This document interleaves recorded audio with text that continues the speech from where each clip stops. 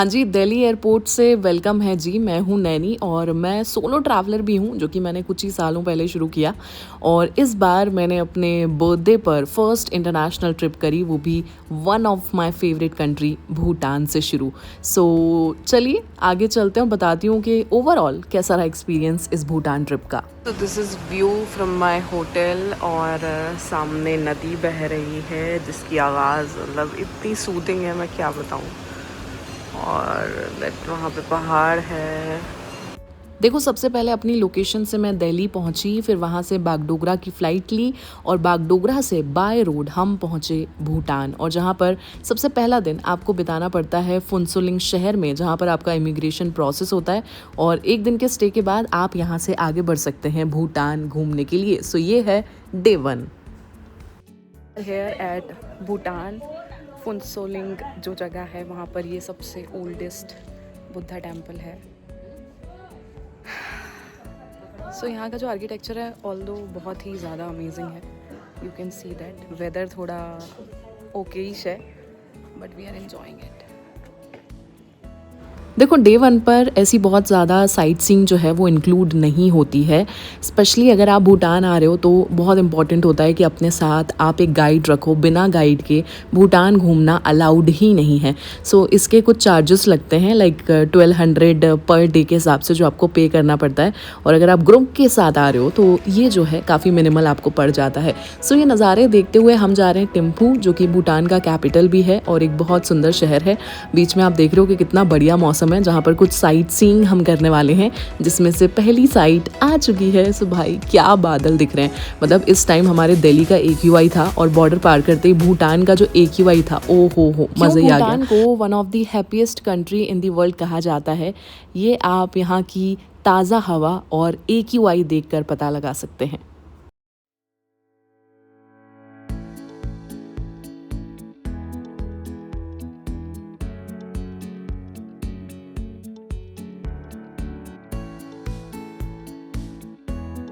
हम आए हैं यहाँ पर खाना खाने। ये है हमारा आज का रेस्टोरेंट, यहाँ पर वेज और नॉन वेज दोनों मिलता है। बीच में छोटा सा ब्रेक लेने के बाद टिम्फू की तरफ हम आगे बढ़ चुके हैं। तो ये सारी साइट सीइंग आप बीच में रुककर कर सकते हो। सो कितने दिन का ये ट्रिप होने वाला है, कितना खर्चा हुआ है, क्या क्या रूल्स एंड रेगुलेशंस हैं जो आपको फॉलो करने पड़ते हैं, सब बताऊंगी मैं आपको इस व्लॉग में।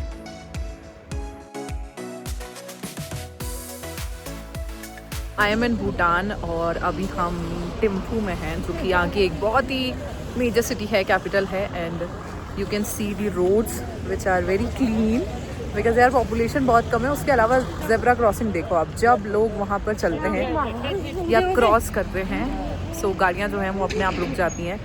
और इतनी सभ्यता की हमें तो आदत नहीं है। ऐसा हार्श ट्रुथ बुरा लग सकता है बट आप रिलेट भी करेंगे। सो यहाँ पर मैं देखती हूँ कि यार लोगों के अंदर जो सिविक सेंस है वो बहुत ही अच्छा है and I am really liking it. So मज़ा आ रहा है। यहाँ पर काफ़ी ठंड हो गई है, ऑल्दो जिस सिटी में हम सबसे पहले कल आए थे फुनसुलिंग, वहाँ पर नहीं थी सर्दी। सो लेट्स सी कैसा होता है experience. So I am walking in the streets of Bhutan. So we are in Thimphu और ये यहाँ का टाउन है, मतलब जो मार्केट एरिया होता है उसे टाउन कहते हैं। सो एज़ यू कैन सी बहुत ही ऑर्गेनाइज्ड मार्केट है और काफ़ी लाइट्स हैं, बहुत कम लोग हैं, बहुत भीड़ नहीं है। स्पेशली हमारे यहाँ पर किसी भी मार्केट में चले जाओ बहुत भीड़ होती है। और खाने पीने का या कुछ ख़रीदने का है तो सब कुछ बहुत अफोर्डेबल है, like you can easily buy in Indian currency. So yes, I am enjoying it.